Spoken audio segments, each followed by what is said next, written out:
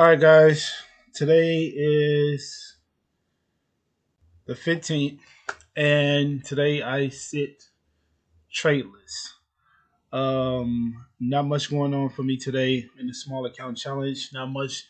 Just haven't seen anything for mid cap stocks pricing from 10 to 20. For Ross, it was for the low cap room. I mean, they had multiple opportunities. SPHL, you have CJMB, you have audio, so you have bricks, you had really they had the world going on for them today. For me, I only had RILY. And yesterday ROLO was just too volatile to take for the small account challenge. I did it. I sat down today about 8:30. Um, sat down today about 8:30 to try to see. I'm sorry, it was 8 o'clock to try to see if we was gonna find some type of momentum. To my surprise, this move right here happened at around 7 a.m. and it completely gave you a nice. I mean, I can't say that this wasn't nice. This was a nice. Um, this was a nice move there. That was beautiful. First 5 minute counter to make a new high. I'm sorry, right there. Okay, cool. First 5 minute counter to make a new high. Your entry was about right there at that point, and it gave you a nice move up to 1165. However, I didn't see that move. About 8 o'clock, nor to 8, it was at the top and fade at the top, and it was kind of on higher red volume. So it was kind of fading down. I was waiting to get in. I did see this move. I did not take it. I thought it was going to pop and flush, and it did just that. And the same scenario, I didn't take it.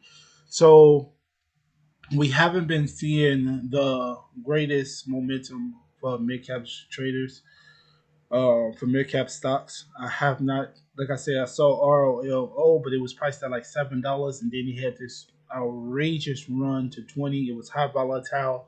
I didn't see any news that was credible to the move, so I was concerned about the T12 halt. Like when it don't have news, I don't want to trade in a small account challenge. Like I want a quality setup, so I had to sit on my hands. Ross did exceptionally well, made over 86,000. Other traders in the room made a lot of money. The challenge is with the small account challenge is that you have to show restraint and you have to be have the discipline to sit out until you find the A quality setup. Like I said, at 7 o'clock this morning, 7:30 this morning, this would have been a nice move.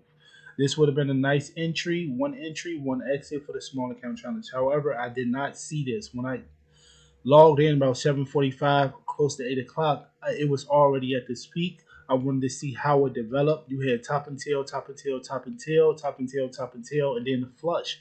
It popped back up going into 8:30, 9:30 to the bell. It pops back up, gap and go. But lately on gap and goes, I've been getting like we haven't been seeing consistency. So we'll see Metcalf did a pop up and then it flush hard. It pre-marketed a pop up and then it flush hard. So I didn't want to take that trade. I felt like that trade just wasn't going to be there, and we didn't have anything else. This is the Let's load up. Like I said, about eight. Let's go about 8:30, 8:30, 8:29, 8:30. This is what we had around 8:30. As you can see, it just wasn't nothing there for mid caps.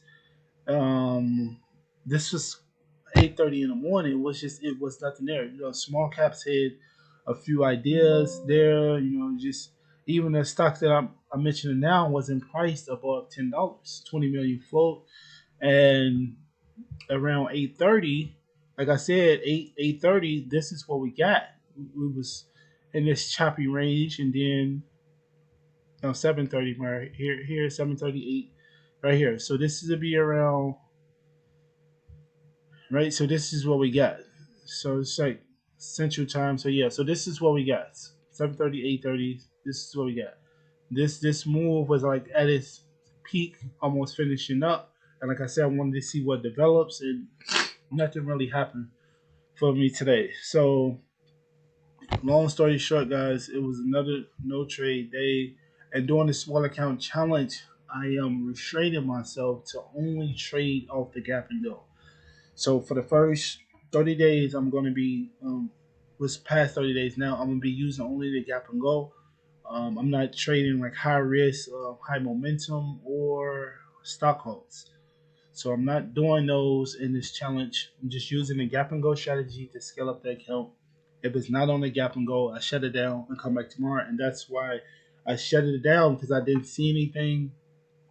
And I'm adding this video now because I wanted to talk about like the progress and how the ups and downs. I did release the video yesterday talking about the prop firm space due to my friend's request. And my honest opinion, I still recommend you use your own money. Don't use prop firms at all. It's just not worth the hassle. If you want to trade Sims, not to get off topic, just go to Dash Trader, go to Charles Schwab, go to Charles Schwab. You can get a paper account for free. I kid you not. You got a live account. You can switch over to paper. Webbull, I don't know if they offer. I'm just using this one for the small account for the charting, because I currently use eSignal, right? But if you didn't have the money, would you use eSignal? So if it's really me starting over, I wanted to kind of represent it. If I didn't have the money, would I use eSignal? Um, and I was like, okay, well, no, I wouldn't be able to afford e-signal. There's some things that I can't do, like I can't go without, like Trade Idea. So I had to get Trade Idea.